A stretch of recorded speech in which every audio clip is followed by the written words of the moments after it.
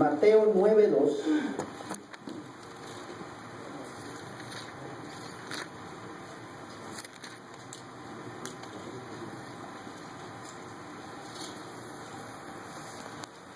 Mire, yo doy gracias a Dios. Ya les he querido exhortar en una área, pero les voy a alabar en otra área de la vida suya. Ya tuve una sesión de fotos antes de venir para acá, una entrevista, y me preguntaban: pastor, ¿a qué se debe? ¿Usted qué piensa? ¿A qué se debe el hecho de que se ha rebasado el número de las personas que vinieron aquí al evento? ¿A qué cree? Aparte de la gracia y la misericordia de Dios, dije yo, al trabajo de los varones.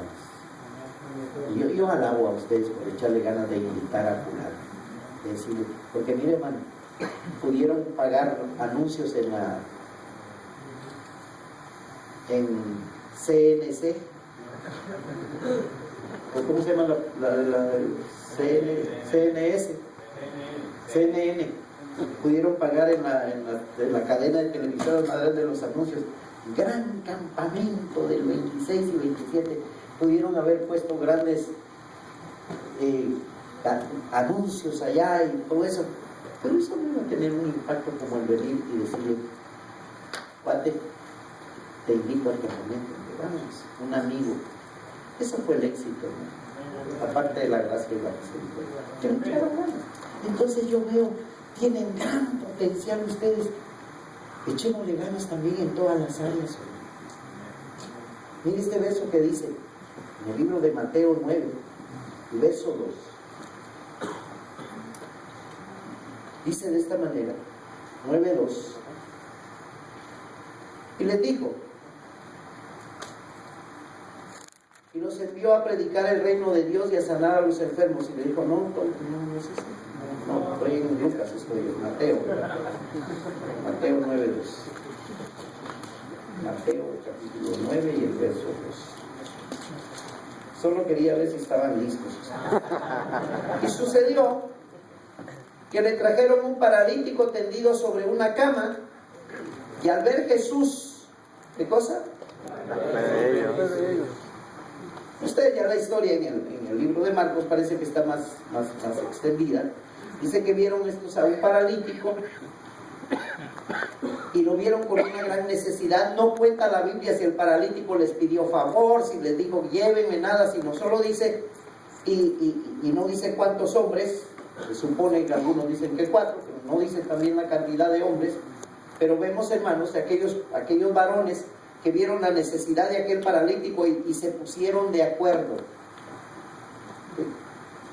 ¿Qué vamos a hacer? Dice que si 2 se pusieren de acuerdo en algo, si 2 tan solo. Hermano, ¿usted sabe lo que puede suceder en Sonido de Alabanza? Si 180 hombres se ponen de acuerdo en algo. ¿Sabe usted lo que puede pasar? Le digo, hermano, ¿sabe lo que puede suceder en Sonido de Alabanza? ¿Sabe usted lo que puede suceder en Cícero? ¿Sabe usted lo que puede suceder en una nación? ¿Sí? Si hay hombres, hay gente, hermanos, que están dando la vida para destrucción, ¿cuánto no nosotros deberíamos de oír con atención y decir, vale la pena poner la vida para que muchos conozcan el Evangelio de Jesucristo? Vale la pena invertir en el Evangelio. Vale la pena, mi hermano, dar ese tiempito para el Evangelio, de irle a decir a alguien, Jesús te ama, hombre. Pero esto tiene que, tenemos que levantarnos en esa fe de decir, Dios, yo sé que tú eres el único, hombre. Porque la Biblia dice, mirad con atención, porque, ¿qué decía la palabra? Porque al que tiene, se le dará más. Y al que no tiene aún lo que pensaba tener, no, hombre, ahora yo digo, esta palabra es de bendición a mi vida, porque yo digo, tengo la oportunidad de decidir hoy lo que mis hijos y mis nietos van a tener el día de mañana. Y no dice la Biblia que con trabajo, no dice la Biblia que con overtime. Eso no dice la Biblia, ¿verdad? Que con trabajo, que con overtime o que con otra cosa. No, hombre, hermano, la bendición viene del cielo, hombre. Claro, tenemos que trabajar. Tenemos que trabajar.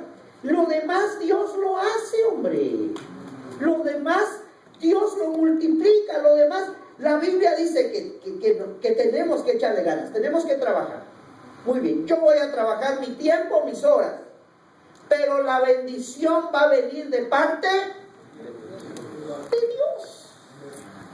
La bendición va a venir de parte de Dios. Ahora, lo que yo voy a tener mañana, porque la Biblia dice, y si mezclamos esa palabra con fe, aún lo que yo pensaba tener, se será quitado. Pero si yo le echo ganas, lo que pensaba tener, lo voy a tener.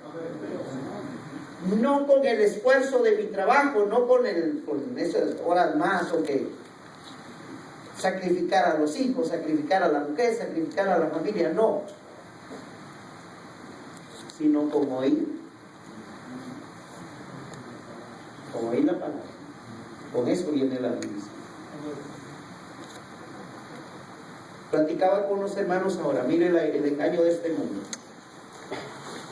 Definitivamente, dice la Biblia que no tenemos, que uno de nuestros enemigos es el mundo, la carne y el diablo. Uno de los enemigos más tremendos para nosotros los seres humanos hoy, hermano, es el mundo. Pero muchos piensan en el mundo que en la demás gente. No. Hermanos, el sistema.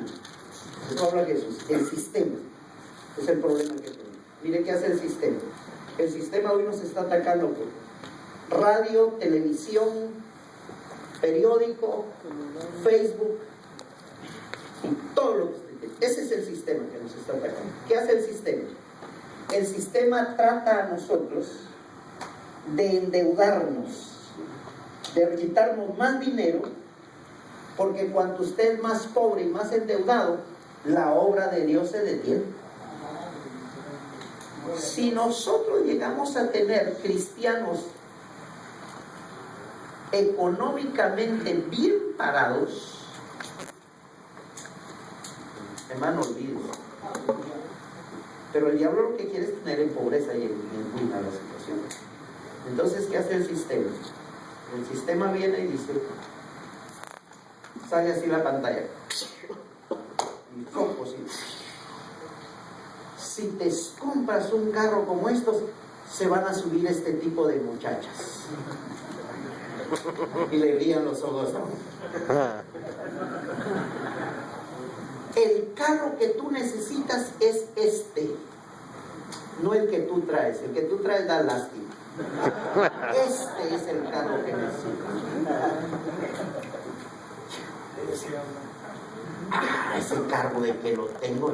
Es que este es el carro de la nueva onda. Este es el carro de lo que los hombres están manejando ahora. Y sale un tipo así. Y usted se ve y dice, ya me vi en ese carro. Si usted trabajaba 8 horas, tiene que trabajar 12. Y usted, por causa de ese carro,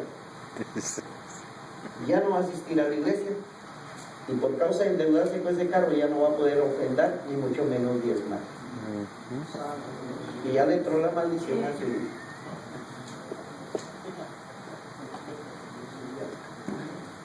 Digo a los hermanos, mire cómo es el sistema.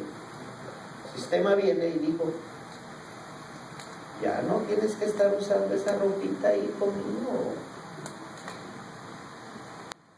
Si tú te compras, mira qué diferente es traer una ropa de esta marca. Compara. Checa y vas a ver cómo te ves con esa ropita que trae. Ve al que está a tu lado, con esa que se compró en la segunda. No es lo mismo. Yo se lo decía la vez pasada, mire qué han hecho las empresas ahora de ropa, las marcas las ponen por fuera.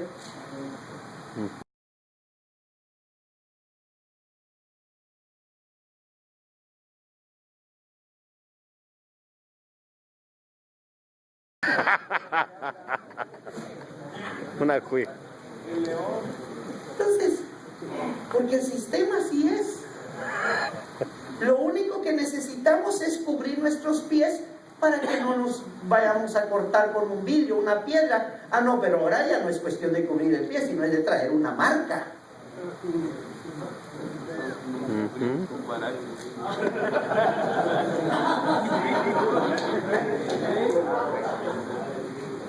¿Pero por qué? ¿Cuál fue la intención de los zapatos? Cubrir nuestros pies, ¿sí o no? ¿Qué hacían nuestros antepasados? Agarraban hojas y todo y se amarraban los pies. ¿Sí o no?